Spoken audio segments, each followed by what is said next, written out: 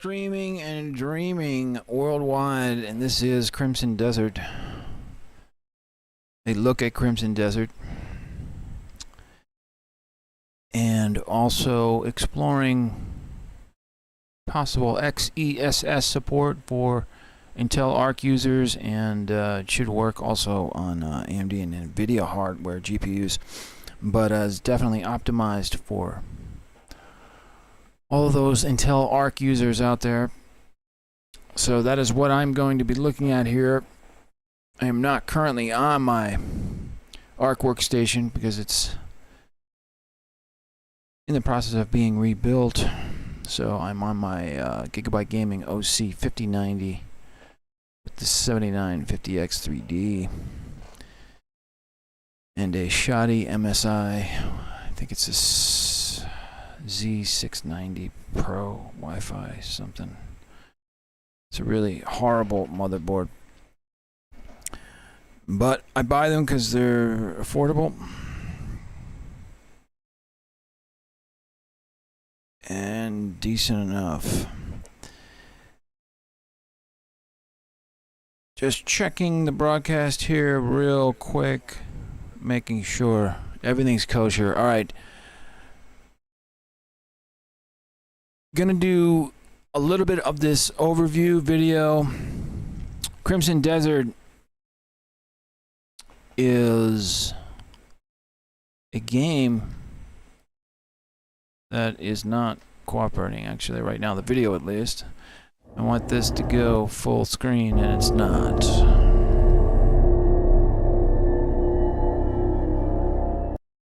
Hand out in the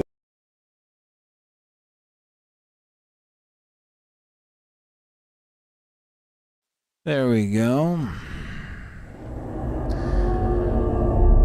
So Crimson Desert is not going to have a skill matrix.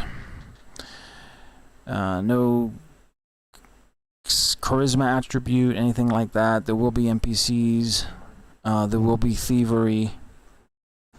There will be a few things that you can do in this game. Lots of exploration, but no skill matrix. So it's going to be interesting. It could be a mixed blessing, but you're not going to have to deal with constant grinding and all that shit, and dealing with complex matrix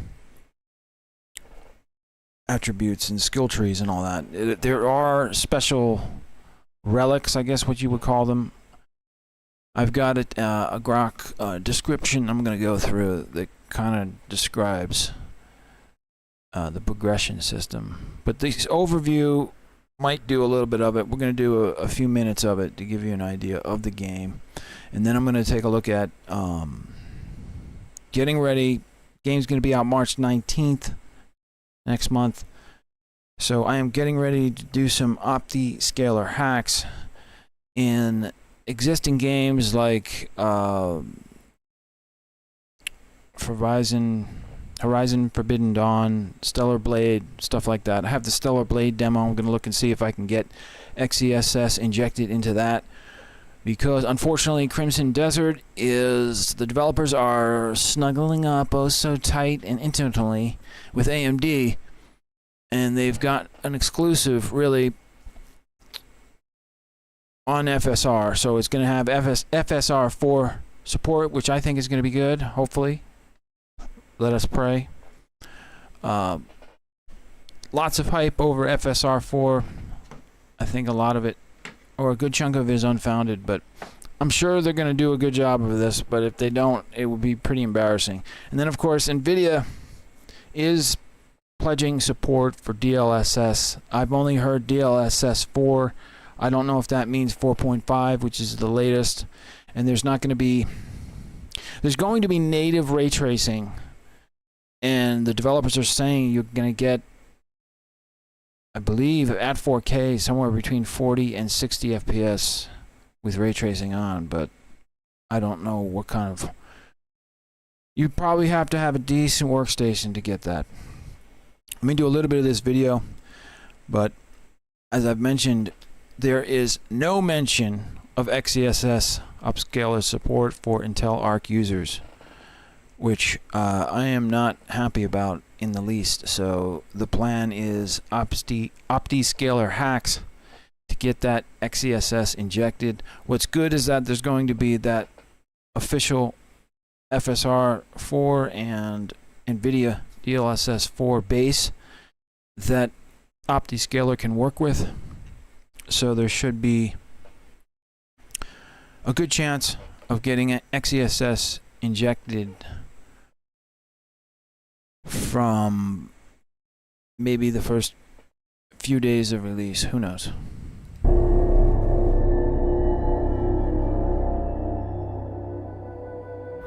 Hello everyone.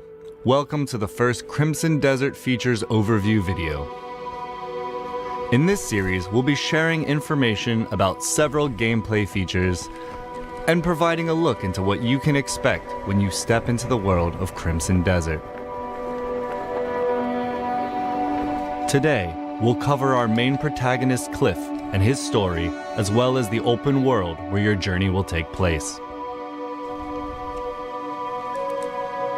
This is the continent of Pywell, a seamless open world filled with natural beauty. Here you'll find both vast wilderness stretching as far as the eye can see, and bustling cities inhabited by residents from all walks of life. Greetings. As you explore, you may also come across ancient ruins and more just waiting to be discovered. But for all its beauty, danger lurks in all corners. Rival factions clash in deadly conflicts. Hostile forces roam the lands. And high above, in the realm known as the Abyss, a growing mystical imbalance threatens to push the world toward chaos. This is where you step in. Here, take these wings. It's time to return. Alright, so that's, I mean, it's a 15-minute video, and these are 4K videos. You can also do 1440, 1080p, but they go all the way up to 4K, which is a rare find on SnoozeTube. Normally, YouTube is too stingy to offer 4K, but this is obviously one of the biggest game releases of the year, if not number one. If Grand Theft Auto 6 gets delayed again, which is what I'm putting bets on, Grand Theft Auto 6 will get delayed again. I believe they're saying now it's going to release sometime in the fall of this year, 2026. I think they're going to delay it again, and then that would mean this is probably the biggest game release of 2026, Crimson Desert. Combat and progression, it's a 9-minute video. I want to take a look at it in 4K, and then I'm going to look into the XeSS injection that I'm going to research for about another month here to see if I can get Opti-Scaler to inject XeSS into Crimson Desert for my i7 14700K workstation, which I'm probably going to end up testing with the LE A770, which has 16 gigabytes of VRAM, and the ASRock Steel Legend B580 at the very least. So test those separately on this game with XeSS. Praying I can get 3.0 working. Frame generation, I don't know. It seems like a stretch. I'd be happy with just XeSS upscaler support, but I might be able to get frame generation on top of it, which I think would be substantial, especially at 1440p, which the B580 is perfect at for pretty much every game out there. I've been mainly testing my B580s with 1440p and have yet to run into any issues once it's properly tuned. So let's check out the features overview. If it'll load, I'm going to check. It is in 4K, so it's not... the devs are not fucking around when it comes to video fidelity. You've got 4K, 1440, 1080p, and then for the lowbrow users out there, 720 and lower. Welcome back to another Crimson Desert Features overview video. Last time we took a closer look at Pywell, its characters, the stories within, and open world exploration. Today, we'll be shifting our attention to another important aspect of the game: combat and progression.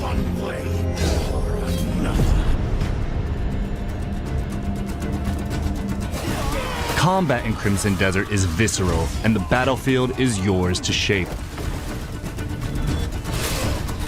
You will grow your arsenal of skills, weapons, and equipment, and it'll be up to you how you use them. Whether it's an aggressive offense, precisely timed defense,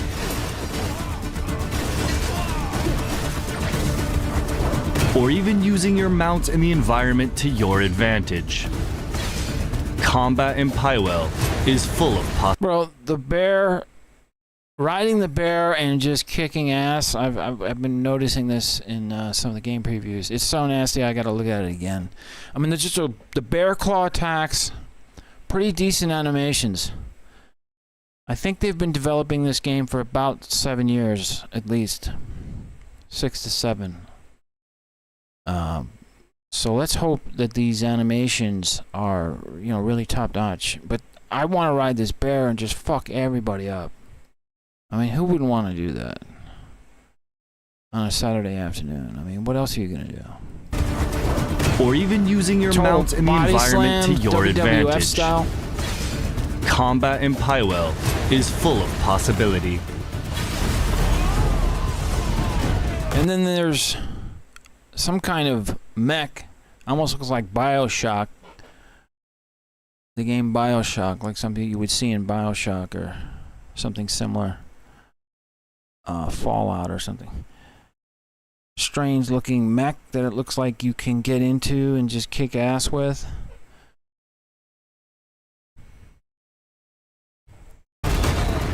Wield a wide array of weapons from sword and shield, spears, great swords, axes, and various ranged weapons. Each weapon has its own advantages, so switch back and forth to the ones that best fit your style and the situation you're in.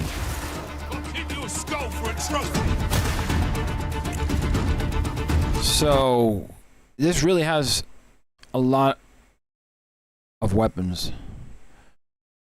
You've got mechs, you've got bears you can ride, and she's got a rifle. Decent amount of weapons. I'm wondering if I'm hoping they go over these cubes that you can find that is basically the heart of the progression system for your skill set.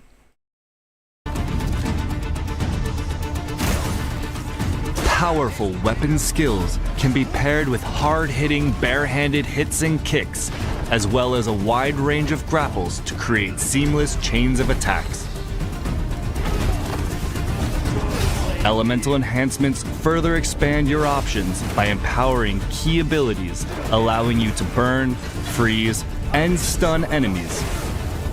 So combine weapons and chain skills the way you want and forge your own approach to combat.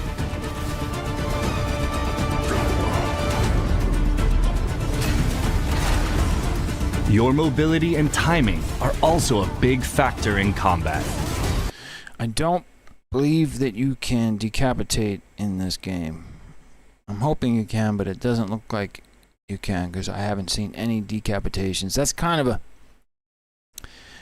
prerequisite on my end.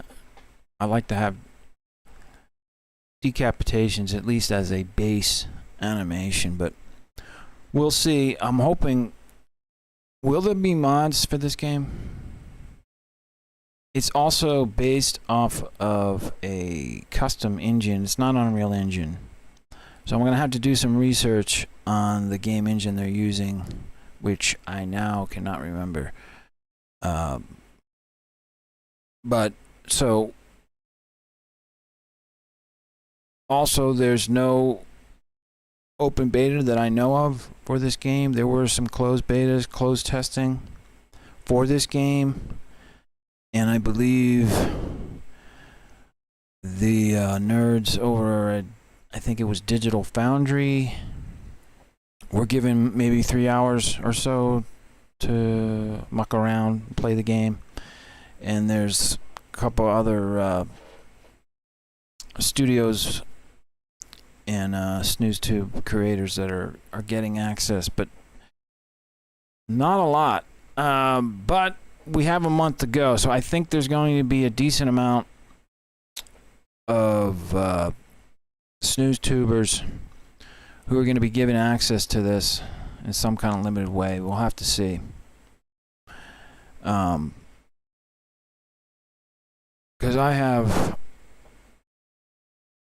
mean, so far, I think Digital Foundry said that it was impressive, so there's probably not going to be any stability issues, especially on this current system of 5090. My concern is with Intel Arc, where I really need XeSS just to make sure if there's any issues with optimization, because unfortunately the game devs behind this game are not giving any love to Intel Arc. It's all about the two big discrete GPU manufacturers, AMD and NVIDIA, and if there's one thing we need in the DIY discrete GPU market for gaming, what have you, is a third player that becomes powerful enough to get enough market share to solidify themselves. And if there's anybody that can do it, it's Intel. The B580 has already established itself. Alchemist came out and definitely had a lot of issues, but with the release of Battle Mage, it's over. Intel is here to stay unless, for some fucked up reason, Intel decides not to pursue discrete GPUs.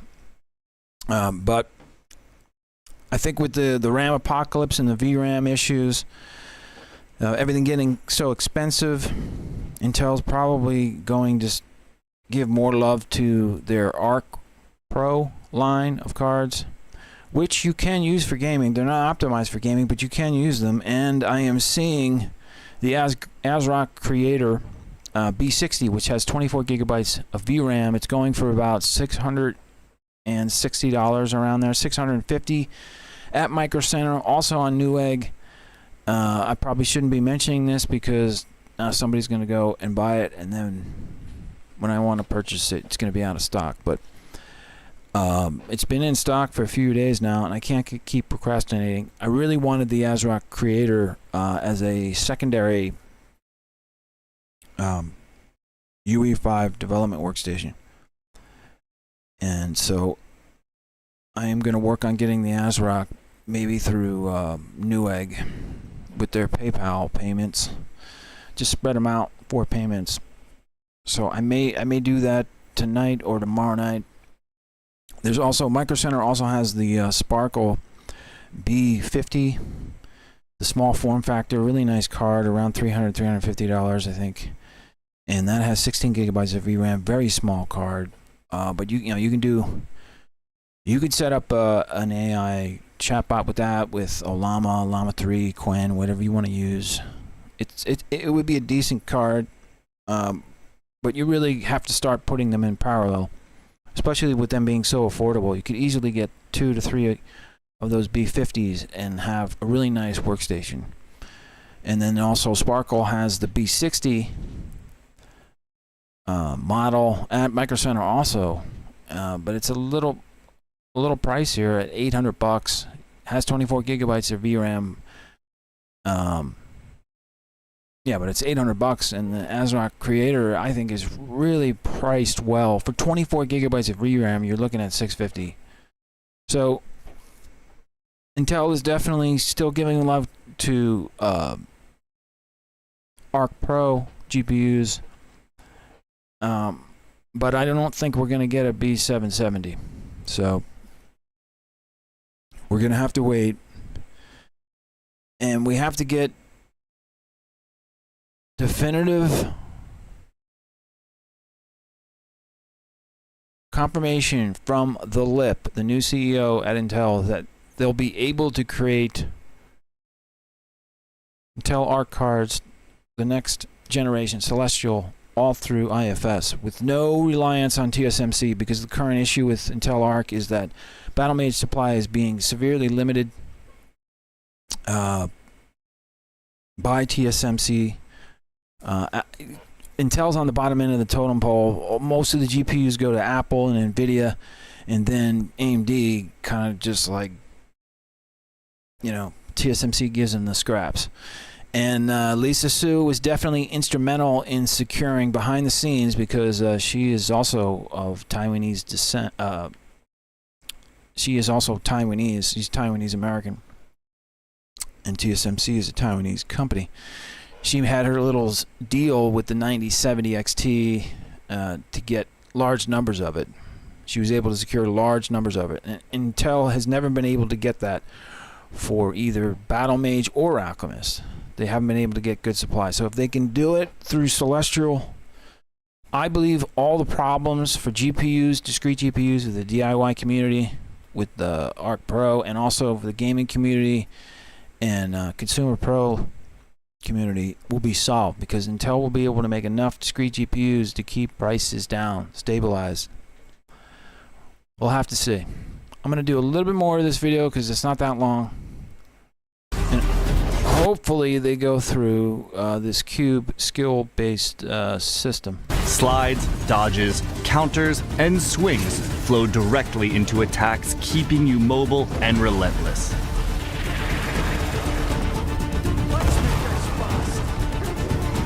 Well-timed guards and dodges open up enemies for a counter, letting you strike back and keeping up the pressure. The result is combat that feels grounded, yet explosive and endlessly expressive.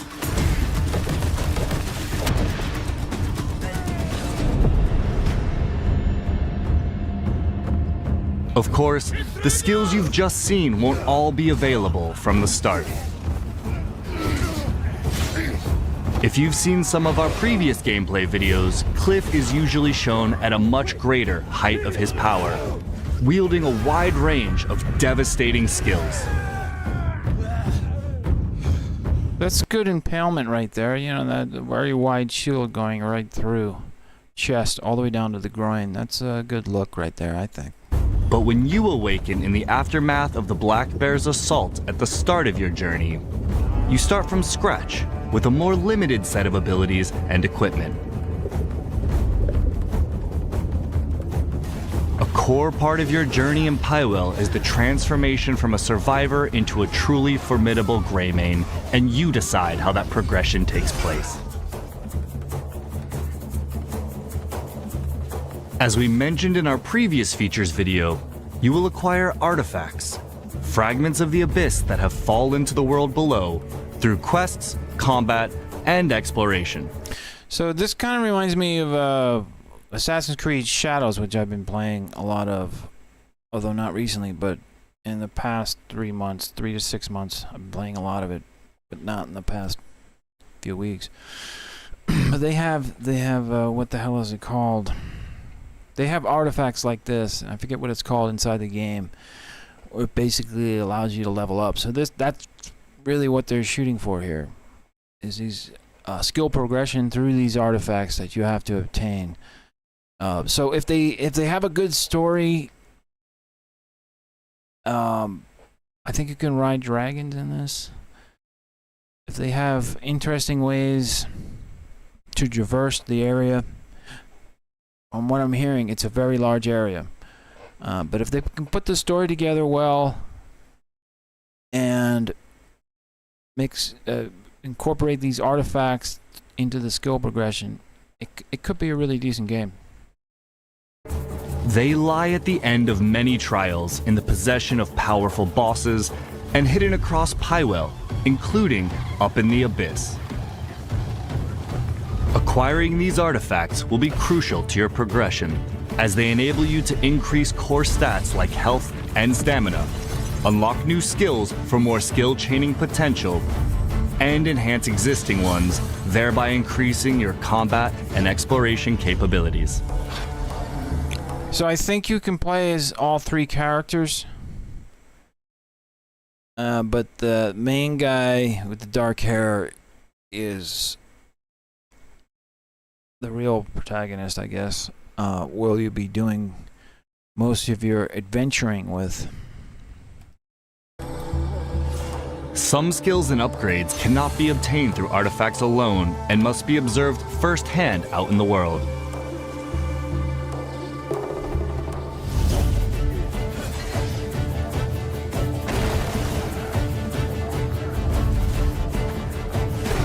You may be the type to want to upgrade your stamina quickly to run and glide around the world longer to explore.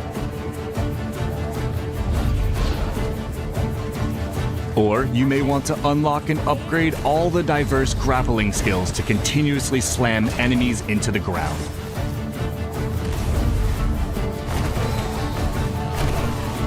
Decide which skills you want to combine and unleash during combat, and choose the direction of your progression by considering your playstyle.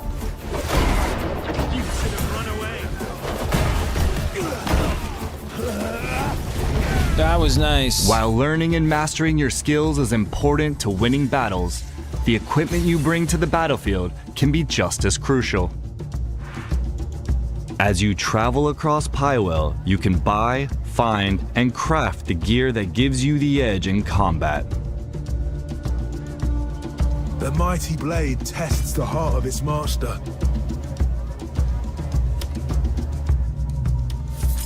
Your equipment can be upgraded for higher stats.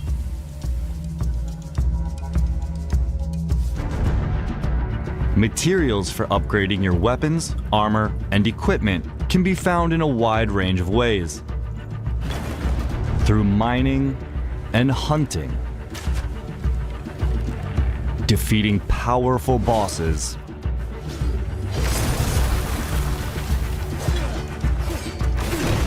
through quests, and by uncovering them in hidden locations. You will also be able to customize equipment with extra stats and special effects.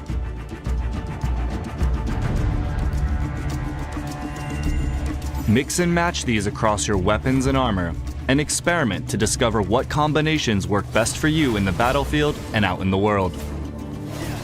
All of that preparation leads to your greatest tests. Across the continent of Pywell, fearsome bosses rule, waiting for your challenge. They come in many forms: human and beast, steel and sorcery, brute force and mystery. They'll test your limits in different ways. At the end of these hard-fought encounters, special rewards await. Some equipment earned from bosses can even grant access to their signature abilities, or grant unique effects and bonuses. So build on the strength you gain through each victory. Take down these threats of Pywell and prove yourself a true Greymane. That brings us to the end of this features overview video. We hope you look forward to Crimson Desert's combat and your progression journey as you explore and fight across Pywell. Thanks for watching, and we'll see you in our next and final features overview video. So basically you'll have the artifacts that you have to discover. There'll be real-time interactions for some of the skills, where you have to complete something, maybe a puzzle or something like that. And then the armor and the weapons can be upgraded through blacksmiths, I guess, for the most part. That's the basics of it. And what I want to do is take a look at a general overview. So Grok is basically saying NVIDIA will support DLSS 4. Does that include 4.5? Because that just came out, I believe, CES 2026. It's going to support multi-frame generation, obviously frame generation, so 1x, super resolution, NVIDIA reflex, and ray trace effects optimized for RTX 5000 series, but works on older RTX 2. No explicit ray reconstruction or full path tracing mentioned, which I'm kind of bummed out by. A game this big, it would have been nice if we got something similar to what NVIDIA did with Cyberpunk, where we got full path tracing, but kind of insane to implement in a world as open and as massive as this one, but maybe one day. So ray tracing is native and runs 4K 60 FPS without upscaling. That's according to devs. AMD FSR Redstone, FSR 4 full suite, which is getting a lot of hype, but I have yet to test it. And the only really AMD card I can test this with is an old 6900 XT. So I might look into testing on AMD, but I don't know about FSR 4, and is the 6900 XT going to even have full support? I mean, AMD literally stated a while back, sometime last year, that they were going to stop support for RDNA 1 and 2 GPUs, Radeon GPUs. I mean, that's unforgivable to even say something like that. There was such outrage that NVIDIA backpedaled like a babbling, stumbling drunk and basically said, "Oh no, you misunderstood what we said. We're still going to support RDNA 1 and 2." So yeah, you don't have to worry about that. I mean, if there wasn't any outrage, it would have been done. It would have been done. There would have been no support for the 6900 XT that I have, which I paid $700 for recently. It's a Red Devil. Maybe it's, I've had it for maybe a little over a year. It's a decent card though. And the fact that and AMD was ready to just stop supporting it is unforgivable. And it really questions the future of Radeon. I mean, I've been saying this from eons now. AMD does not care about the Radeon platform. It is only there to get people into the AMD ecosystem, their CPUs, the 9800 3D cache gimmick for FPS, all that stuff, and their expensive, overhyped APUs like the Strix lineup, anything related to that, which is ridiculously expensive. Or these laptops. I don't understand anybody that only has a laptop as their main gaming system. It's extremely limited.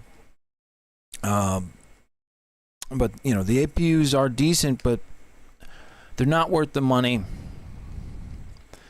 And that's really what AMD, I think, wants people to be buying, because the SoC designs, system on a chip, it's easier to support, it's easier to make, cheaper to make, they make more money on it, and they have full control. And it's planned obsolescence, like Apple's monolithic chip designs. Whereas Radeon is DIY, it gives some power to the user. You can buy more Radeon GPUs, put them in parallel if you want, do things the way you want to. You have some flexibility. It's not planned obsolescence. You can upgrade things. You can solder the GPUs. You can repaste them with a SoC and an APU design. That's it. This is as good as it gets. You can't really upgrade things. Maybe on a laptop, maybe on some models, rare, you could upgrade the memory. Maybe upgrade the hard drive if you're lucky. So, FSR 4 is supported. We'll have to see. You would hope that they do a good job of it. And there's an enormous amount of hype over FSR 4. But I'm going to figure out if there's a way to get FSR4 running on the 6900. So I'll have to figure that out. So Intel Arc XeSS, no support confirmed anywhere. I mean, this is brutal. Exhaustive searches across NVIDIA, AMD sites, Steam, previews, and X returns 0 mentions. It won't have XeSS 2.1 or 3.0 or multi-frame gen. So other upscalers, native engine upscaling implied. Devs, the native engine upscaler, devs say hit 4K 60 ray tracing natively. Plus AMD FreeSync, Premium, Pro, HDR, and anti-lag. PC recs are modest. A minimum of a GTX 1060 and an RX 6500 XT. Jesus.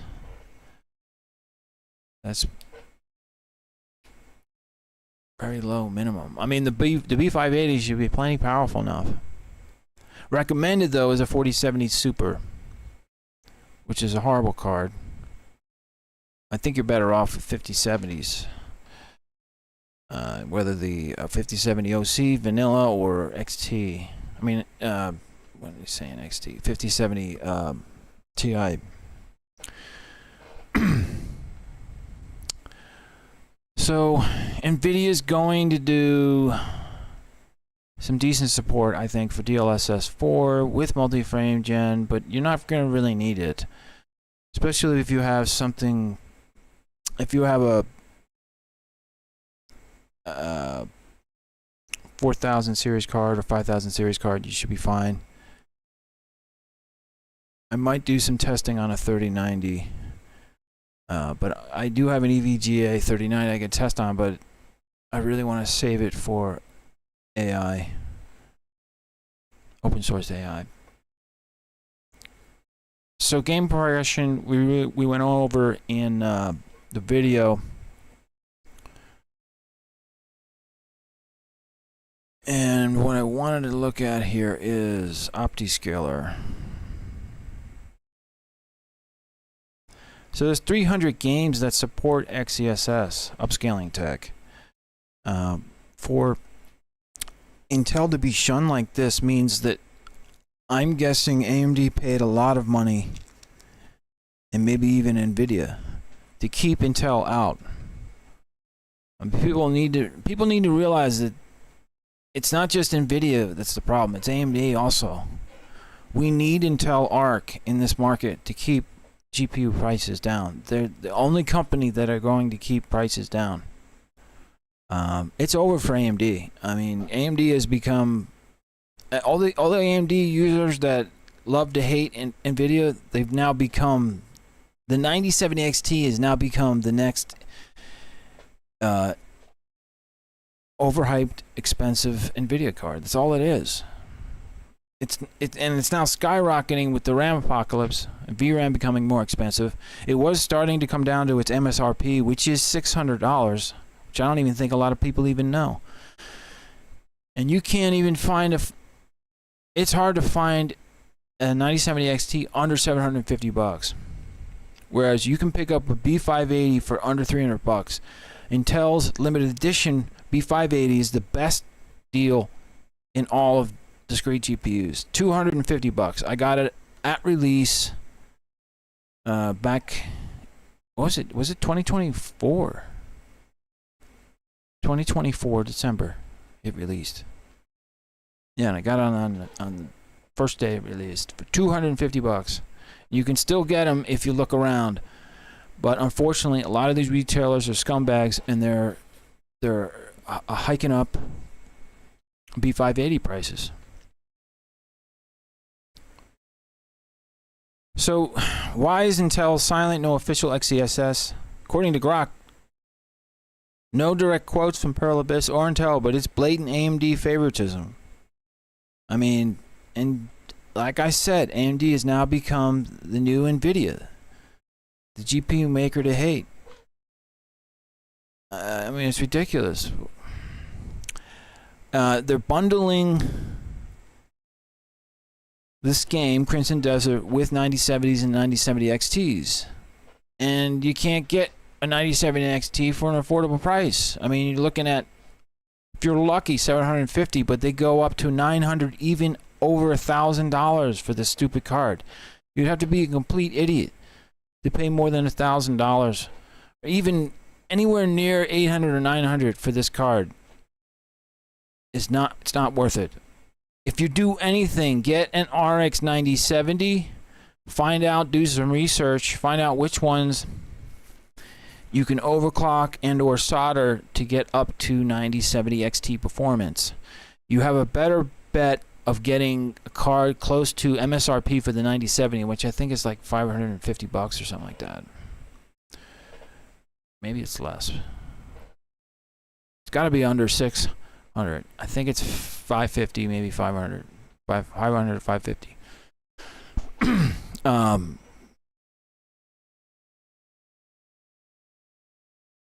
So Opti-Scaler is my only chance at injecting XeSS.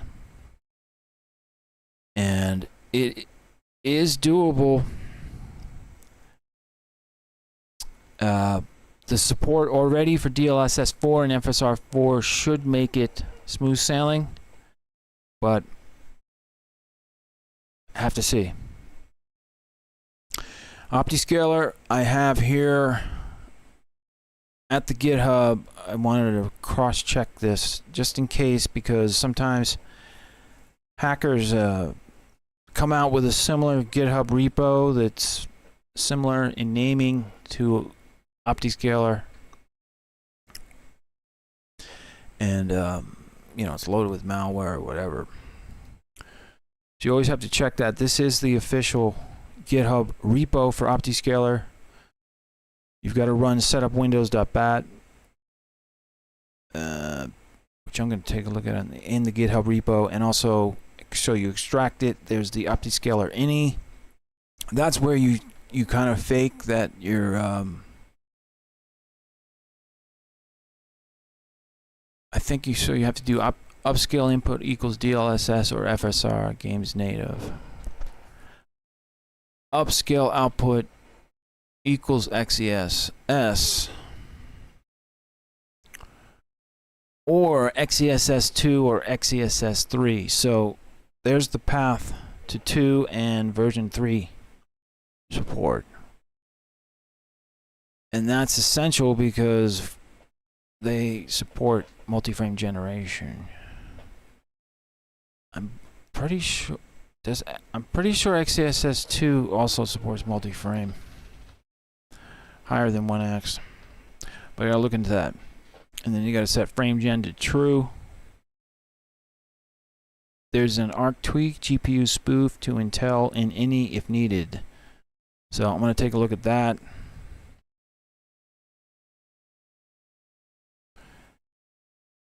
And they mention verify Intel Graphics Command Center XeSS override enabled for MFG. And I believe, like I said, I'm still rebuilding my Arc workstation, but I believe the latest versions of Intel Graphics software are going to have an override feature similar to what NVIDIA has.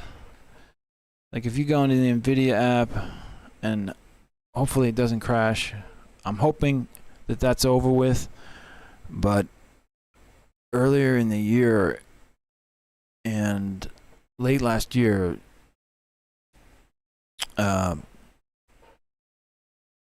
this app was horrible. It was just crashing all the time.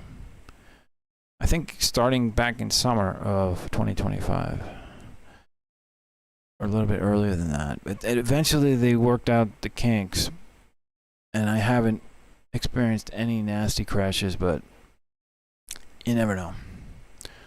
So like with Black Myth Wukong, you can go down here and you can override. You can set global settings or use these GPUs. The override here. The things have changed up in here. They use 3D app setting language now.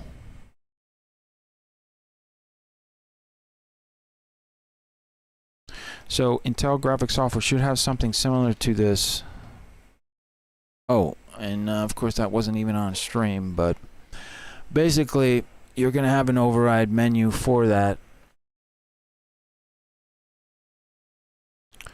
And so my plan with Grok here in assisting is to try to get this working on launch day or as soon as possible. On the B580, the frame gen could really help out, but I'm going to have some kind of stable, something as close to 30 FPS or higher as a base. So I'm going to have to tune the game so it has at least a decent 30 FPS base, 30 to 40, and then put multi-frame gen on top of that if I can get it working, and that should be solid. This is the official Opti-Scaler GitHub repo.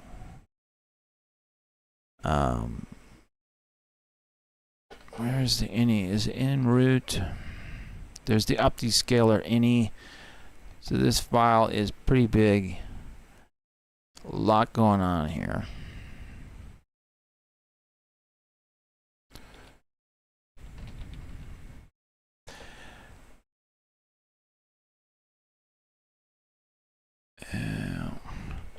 Lots of mentions for XeSS.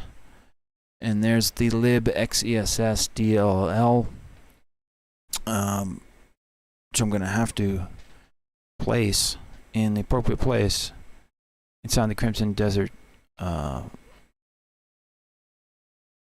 folder or directory. But this all seems doable. It's almost an hour stream. I should have kept it to 10 to 15 minutes tops, but I babbled on and showed way too much video.